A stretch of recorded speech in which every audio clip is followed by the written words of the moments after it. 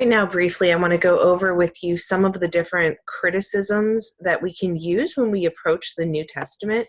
Now, when I say criticism, it doesn't mean like you're being critical of the Bible in any way. Rather, it's a way of evaluating the Bible and trying to understand it more clearly, I would say. So it's not like when you're like, oh, that girl was wearing the worst shoes or something like that. No, that's not what we're talking about here. But these different criticisms are different ways of understanding the Bible and how it works and what's going on within it. So, for instance, our first one, and these map pretty nicely onto our three worlds of the text: the world behind the text, which talks about like historical context and stuff; the world of the text, which thinks through like the words on the page and what's going on with the literature; and then the world in front of the text. How does how do the words on the page interact with me personally? So our very first criticism to look at is historical criticism. And that's one that scholars have been using for ages and ages. Basically, what historical criticism tries to do when it looks at the Bible is it's trying to understand what the author meant in their own historical and cultural context. So you're doing that work of the world behind the text, looking at the historical context, trying to understand it, and trying to get a grasp on what the author meant. So that's historical criticism. Then, and that maps onto world behind the text.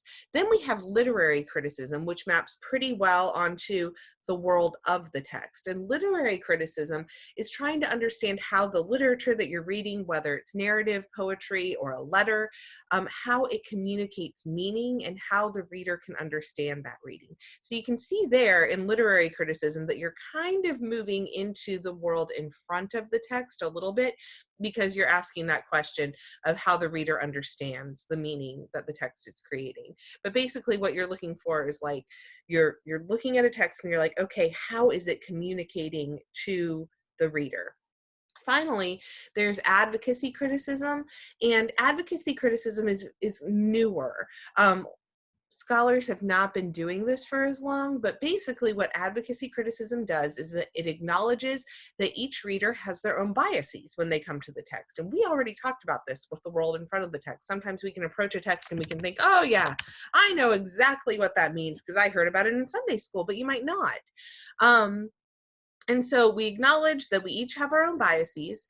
And one of the really nice things that advocacy criticism does is it brings to light voices that have not frequently been heard.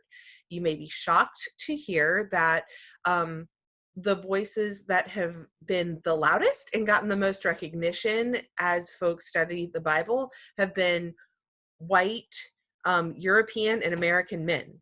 And so what advocacy criticism does is it allows us to draw attention to, I don't know, I read this really cool advocacy criticism thing with these Korean women talking about the Book of Ruth and how it was meaningful to them and the different ways that they interpreted it. And it was stuff that I'd never heard before. But these are believers across the globe and even in our own communities that we haven't heard how the text impacts them or how they think through the text.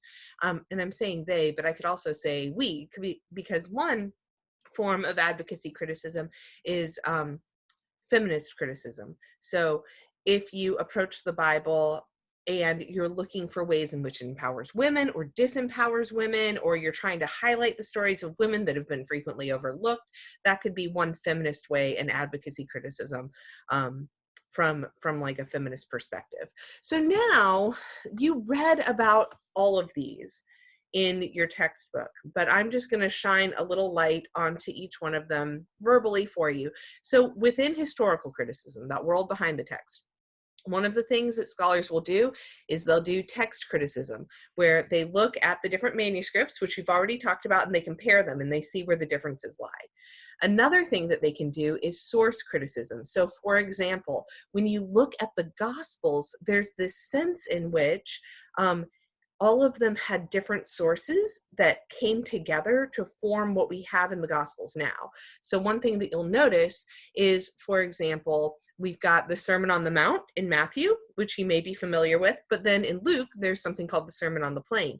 And it seems like that was maybe an oral tradition that was going around at the time, or maybe it seems possible that that it was a written tradition, that perhaps Luke wrote down Luke's version first, and then Matthew came along and was like, oh, look, here's this nice source. So maybe Matthew had like a document in front of him that explained the sermon on the plane or something like that.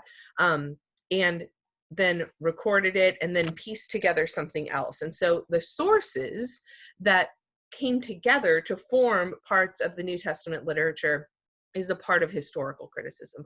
What sources were the gospel writers using when they sat down to tell the story about Jesus? What did they have access to? Then you've got redaction criticism, and that just has to do with the editing that we talked about in the copying phase. So we can tell in places, and you did the exercise already for this, we can tell that sometimes folks have come in and they have, when we think about redaction, what we usually think about is like a document with like blacked out bits. That's not this kind of redaction. When we talk about redaction criticism in the New Testament, what we're thinking about is where somebody has spliced some stuff together, so taken a source and put it with another thing, or maybe added a little bit here or there, kind of like you saw in your exercise. After historical criticism, we have literary criticism, and narrative criticism falls within that. And basically narrative criticism is just asking, how does the story work?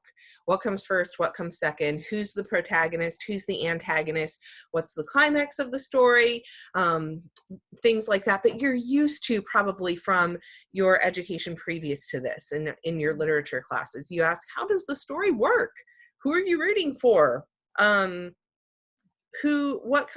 Basically, what's the plot? What's the setting of the story? That's all narrative criticism. And then there's reader response, and reader response moves into the world in front of the text, where you ask, okay, so this is how the story's going. This is the good guy. This is the bad guy. How does that impact the reader? When the reader reads about these good and bad guys, then how do they respond to that? It's kind of like in the phrase, reader response. Then there's structuralism. Structuralism asks, well, how is the story structured? A really good example of this is a Hallmark movie. If you've ever watched Hallmark movies, and if you haven't, they're within our culture now, so you kind of know how they go. Basically, the structure of a Hallmark movie is either, usually it's this way: big city woman goes to the country, falls in love with the country bumpkin, they have a misunderstanding, they get back together and kiss. So 5-part structure. It's the way it always goes. And she kind of learns values while she's in this country setting. That is the structure of a Hallmark movie. So you might ask, well, what is the structure of a gospel? How does a gospel work? Well, usually it starts with the ministry of Jesus, and then Jesus goes to Jerusalem, and then Jesus dies, and then Jesus is resurrected, right? So usually it follows that same structure. So that's what structuralism does.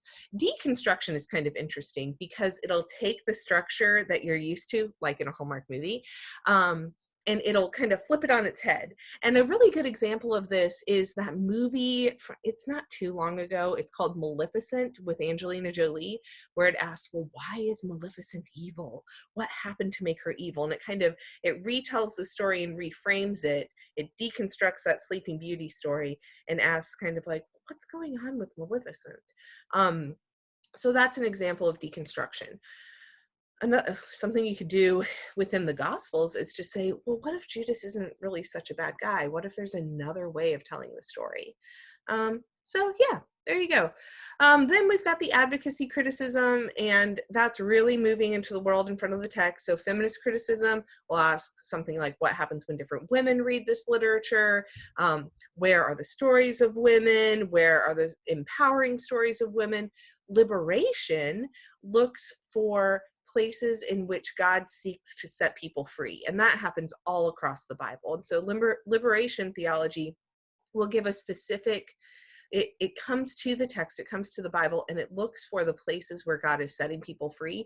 And it gives a special ear to the voices of the oppressed. So the oppressed and the marginalized, the poor, all of those, it's going to really focus in on those stories and the way that God wants to liberate people from those. And then finally, a cultural hermeneutic is where you read from the specific standpoint of a specific group of people.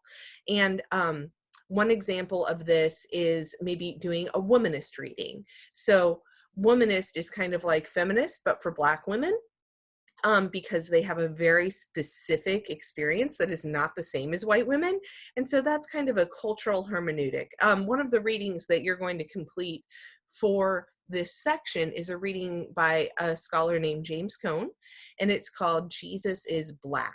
And so he's coming to the text as a Black man, and he's drawing lines of correlation between what happened to Jesus and the practice of lynching in the, or no, practice of lynching in the Jim Crow era and before that. And lynching, I mean, carried on long after the Jim Crow era. You could argue that it even carries on today as Black men are shot by police officers. So those are your different kinds of criticisms, the different ways that you can look at the text. And so we'll be going over a couple of those. Generally, what we focus on most are these two, historical criticism and literary criticism, but you also want to be open to and ready to think through how your specific experience as a person impacts how you read the text, and to be willing to listen to how the text may impact others. And that's all. Those are your criticisms.